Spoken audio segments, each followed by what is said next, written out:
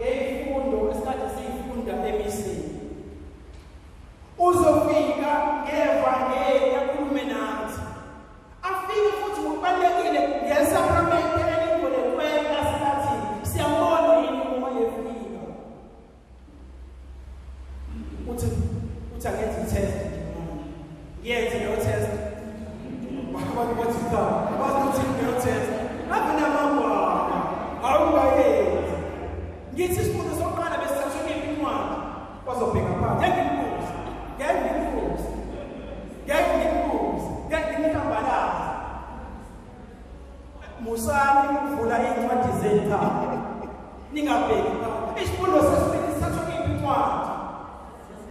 Cha.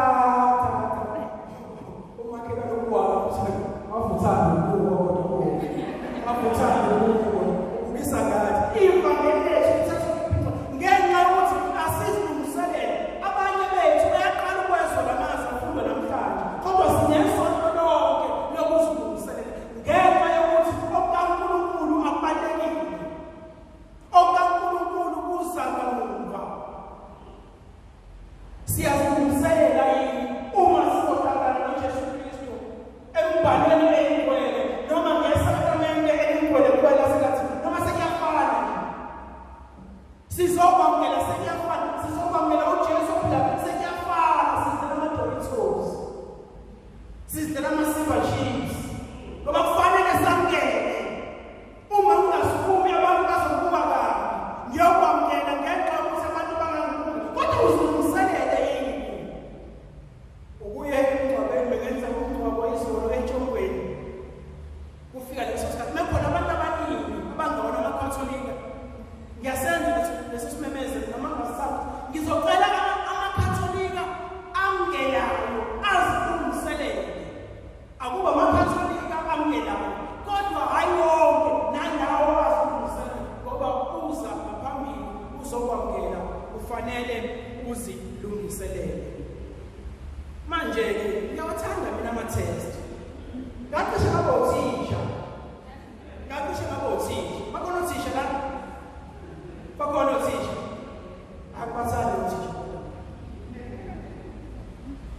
Uma sibhabhadiswa ngicela siphakamise izandla senza ama-exercise. Bangaki abantu la endlini ababhabhadisiwe?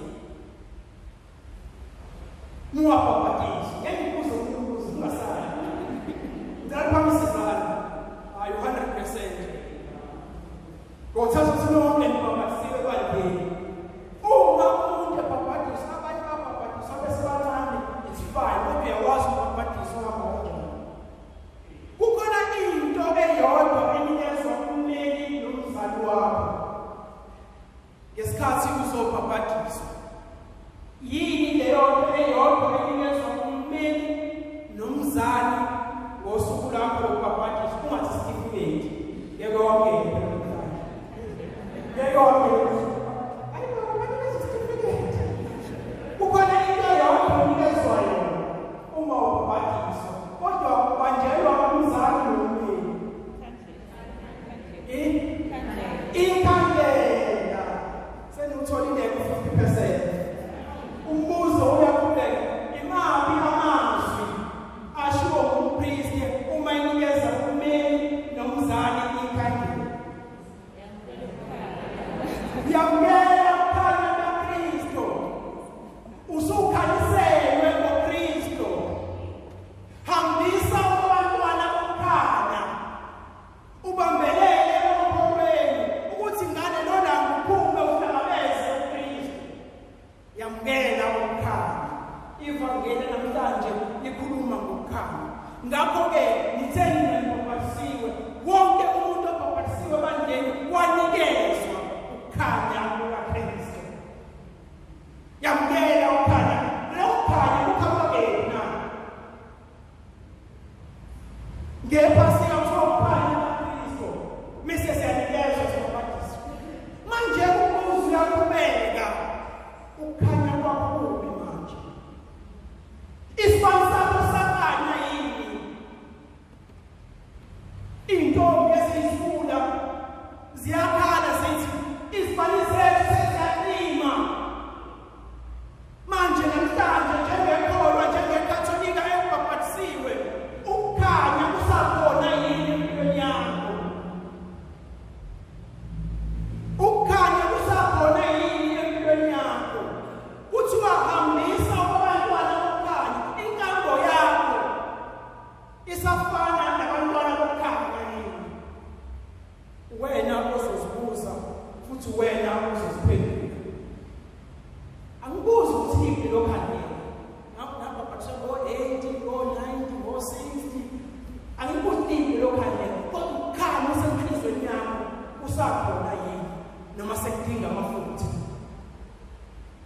noma sekudinga amafutha noma basiqale phansi basibuyele kubo Nkosi sizokokhela ukukhanya kaKristu siphe lokukhanya futhi manje uma ngihlala phansi ngicabanga kukhona izinto ezintathu ezenza abantu ukuba ukukhanya kwabo kucime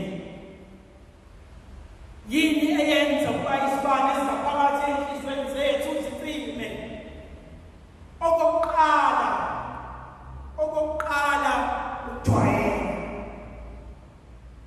ukujwayela niyakwazi ukujwayela so wamuhle mamuntu sanjani unganeke ujwayele manje-ke ukukhanya usey'nhliziyweni zethu kucishwa ukujwayela uma sizokwamukela uJesu Kristu sikwenza ngani? Sikwenza ngani? Ngokujwayela. Uzokwenza imizekelo. Uma umuntu esafuna umsebenzi noma esamusha emsebenzini uma kungena ngo-8 ngo-7 usekele endesini usafika emsebenzini kade awufuna lo msebenzi nikeze 10 years 15 years usefika ngo-5 to 8 ngeke uthini usejwayele emshadweni izinto eziningi ziyonakala emshadweni yethu nasemndenini yethu ngenxa yokuthini sezijwayele mhlawumbe umama nobaba babencumana ekuseni semini ntambama kodwa sabula amazwagqokakala athi afika nje umama awubabeyabona yesitando efakile uyenzeni usanothise kusamusha hayi udakajwayele hakuthi awusazi usenza hayi kasho mina namhlanje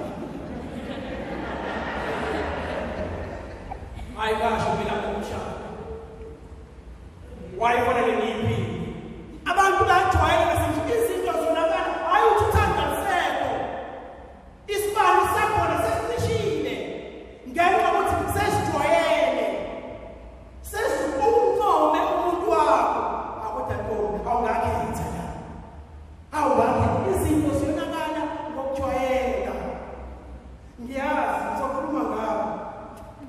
ngizokhuluma ngabo eChristian bami sekufa komdala manje akufa komdala manje ophela unyaka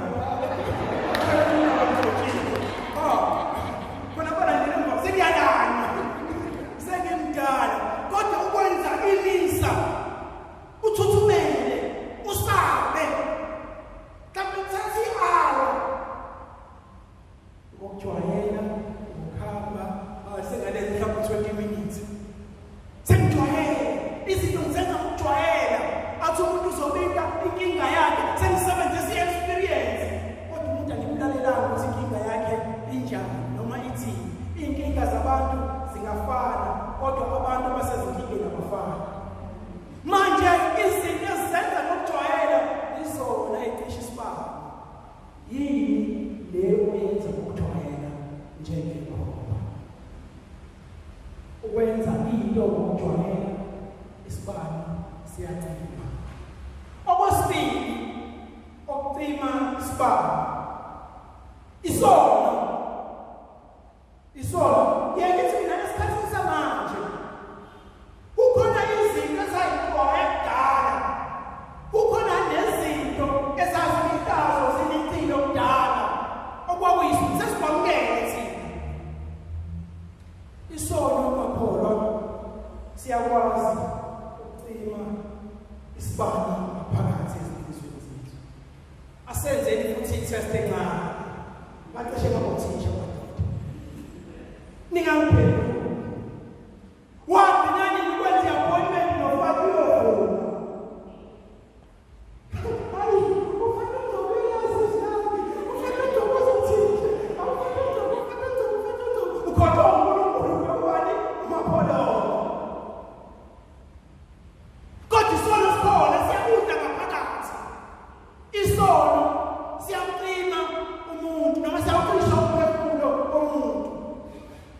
manje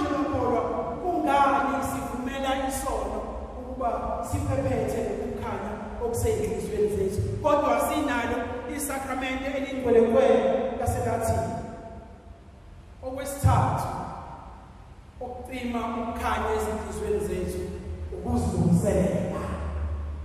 Ngizobuyela ekuqaleni ngoba uma siza eliseni fanele sizilungiselele. Ngithi mina ukuthi kukhona ama-meeting owahambayo, ama-appointment nodokotela semsebenzini ngephi uyafika i-meeting ukuthi hhayi ngizile nje asazi sokhuluma ngayo namhlanje.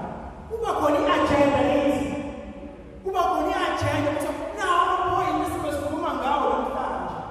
Nasesontweni ko-PPC, ko-PFC, abasemhlanganweni eyahlukahlukene ebandleni kune-agenda.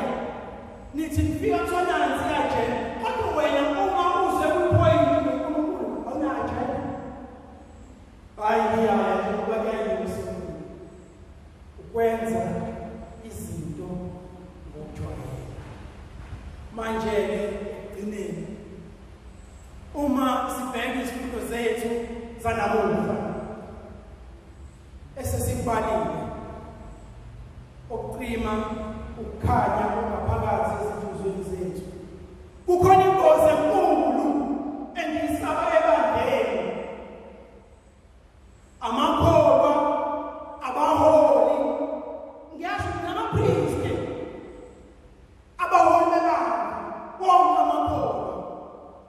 Uma sekukhona ikholwa engasenakho ukukhanya ngaphakathi enhliziyweni, lelo kholwa, leyo mboni ebandleni kuyingozi.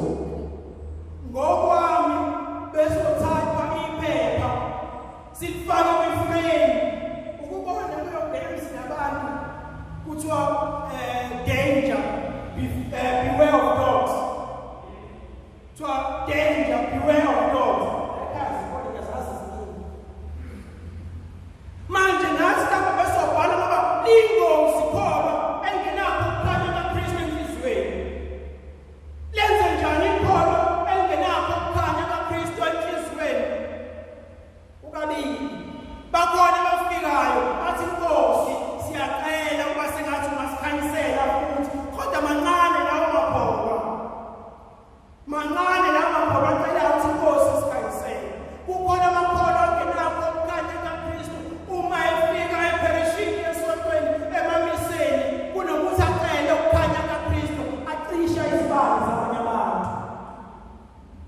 Kukhona amakholwa angazile ukuthi Nkosi ngosikhanyisela izibani zethu, kodwa ngiyeza ngoba ngisenakho ukukhanya, usibani bami unakho ukukhanya, ngaphethe isibani sakhe sicishe. Kube khona abantu angisaye emiseni, angisaye enkonzweni ngenxa yokuthi osibani bami bacima isibani sami. Liyingozi ikholwa umholi ongasenakho ukukhanya enhliziyweni yakhe. Ingozi enkulu kwethiwa abantu ababulala ibandla bona abantu abangaphandle labo bangasikhuluma kabi, kodwa abantu ababulalayo bangaphakathi, abantu abangenakho ukukhanya ezimpilweni zabo ibona abacisha ababulala ibandla.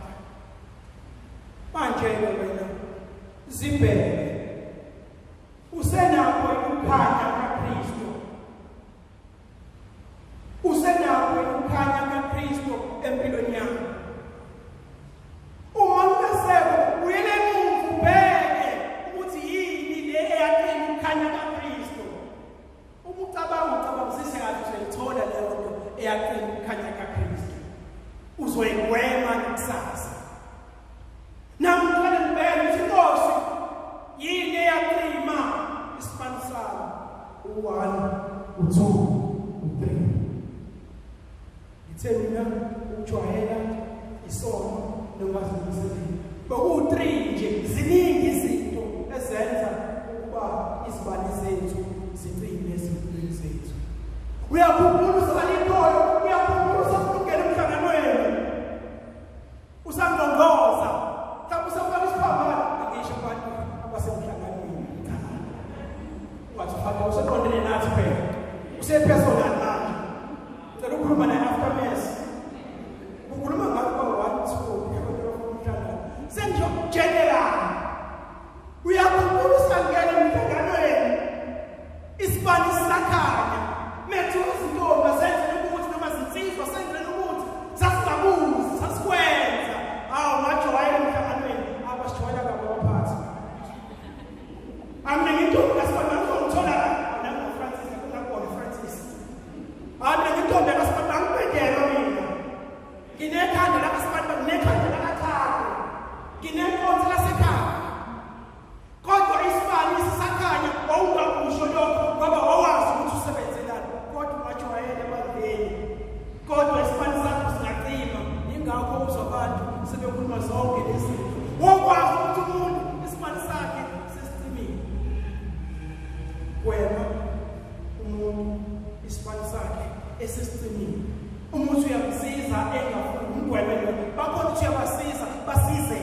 siza nona kodwa lo ungafuni ngoba uzokugcimela ngesakho. Ziningi izinto esazenza ngothando lokuqala. Ngothando lokuqala lokupriest. Athi ubishop wathi kananele ayakusebenza ewezweni ngijime ngekho. Ayakusebenza ereservoir Hicks ngijime ngekho. Hambosa emva kwathene. Yokwenza. Bayabangona. Uthando lokuqala alisekho. Kukhona izinto ekuwukuthi uma isibani sesicinile kufanele sikwele kubo. Nakhumbula ekugcineni sengiyaqeda kodwa isikhathi ngadala. Uyakhumbula uJesu evuka kwabafileyo. Usethi umyalezo kufanele unikezwe kwabafundi bakhe. Asibuyele kephi? Sohlangana kephi? Hlezi iculo. Hayi Jerusalem. Angithi le challenge eJerusalem. Siyabuza Jerusalem amandolo. Sokushaya step sakho. Abasho ukuthi eJerusalem. Kwathi kephi? eGalile okwenziwa eGalile yindawo abaqala khona basebenza. Ngamanye amazwi uJesu wayethi asibuyelele othandweni nakuqala. Makhono ukuze izibani zethu zikhaya noma sizivutheze sizivuthile izibani zethu zacisha. Kudingeka kwesinye isikhathi uhlale phansi usibheke isibani sakho ukuthi sisakhanya. Uma singasakhanya yena othandweni lakho nakuqala uyena ukujwayela makhona isomo sakho siyovula. Uma wenza izinto eziyigcwele zikaNkulunkulu nokuthi hayi ngothanda sakho 3 uyintubi nanobala uyakwazi ukuthupha isibaya, ukwazi ukuthupha idigwini, ukwazi ukuthupha lokhu nalokhu kodwa ukwazi ukuthupha appointment emalini uNkulunkulu. Izinto asingazenzi ukujwayela zizocima izinto zethu Together, growing in faith, changing communities.